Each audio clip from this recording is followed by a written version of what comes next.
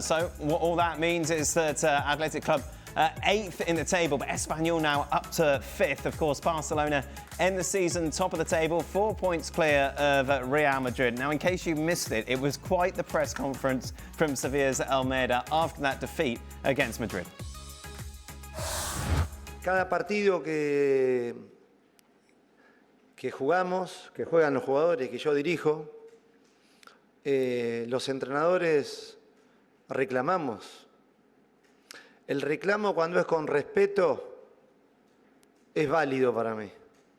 Ahora, este señor me dijo que estaba cansado que yo dijera del respeto y por eso me expulsó, porque reclamé una falta en el primer tiempo, que fui amonestado por eso, por reclamarla. Pero me gustaría que escuchen los audios, porque si no es fácil sacar gente. Y yo no soy ningún payaso de ningún circo. Tengo mi historia en el fútbol, pero tengo historia como hombre. Entonces, los hombres dialogan. Y cuando la falta de humildad como la que tuvo este señor hoy supera lo que puede ser un diálogo cordial o no, y estamos haciendo del deporte algo que es como autoritarismo.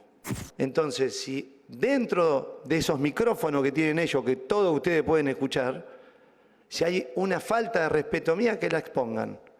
Si hay, digamos, una mala educación mía, que la expongan. Tengo valores. Tengo valores. Y no me regalo con nadie. Digo que el árbitro debe tener hijos, debe tener un montón de cosas como para sentirse que hoy actuó mal. Not particularly happy, I think it's fair to say, with the officiating. He is not a clown in the circus, Shaq. And fair play, Almeyda. And listen, I support everything he's saying. And he's making the point that if what I said is rude and was deserving of a caution, then so be it. But he doesn't think he was. And that, for me, has been something that has kind of been lost from the game over the years, where you can have respectful discourse. It's an emotional game, and things happen on the park, and you say things a certain way, but it's not that you immediately intend to be disrespectful, but you have to have a line of communication with the referee.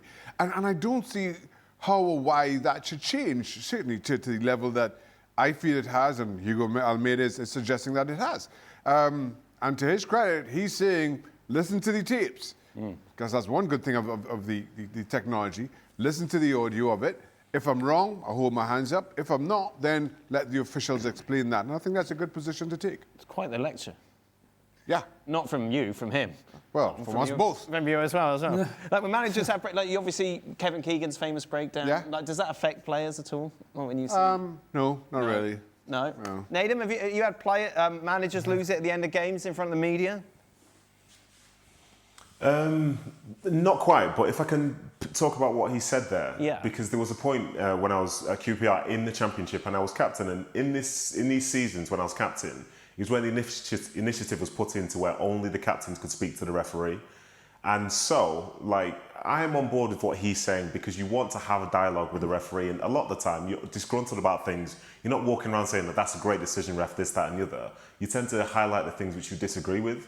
And I remember, for me personally, I would always start with, excuse me, ref, excuse me, ref, excuse me, ref. And the more they ignored me, the more this sense of injustice would, like, build up inside me to where I get more and more frustrated. And there was one game in particular, I'd been trying to talk to the ref for the entire game, and he got to the 75th minute, and this is as captain, bearing in mind. He said, if you talk to me again, I will book you, is what he said. And I thought, okay, that's nuts, given what the rule is about who can speak to the referee. But then it was made worse, because a couple of minutes later, he was laughing and joking with 3 or 4 of the players of the opposition. Like, that moment was so bad that we made a complaint as a club about that referee, because essentially, like, if there's respect to be given, it needs to be given both ways. But some of these guys, as he said, I think he described himself quite well there.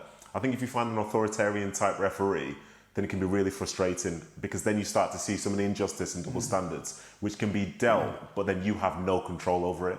Like, even when I was a youngster coming through, like, playing in the Premier League and so on, there'd be certain times where a referee would say your number, but then it was like, oh, Stevie G, or Wazza, or this person or that person. And and those guys are slinging so much abuse at the referees. But the moment you slightly open your mouth, here comes the yellow card. You know, so I think in some ways he's made a good point. It's a good level of insight. I don't think it will be listened to for much more beyond, say, the next few days. But yeah, it can be very, very frustrating if you feel you're being dealt an injustice within a game. Nedum, you know what everybody's looking at right now?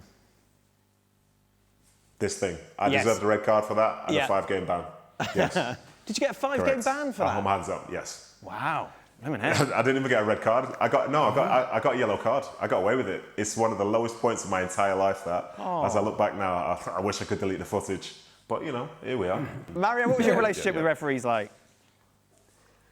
No, referees were okay. I'm not going to say they were great, because sometimes, you understand, I never had a problem with them, regardless of that. But what Nedum just explained is like what I always had a difficulty, I think, even now, you know, when people overstep their power, you know.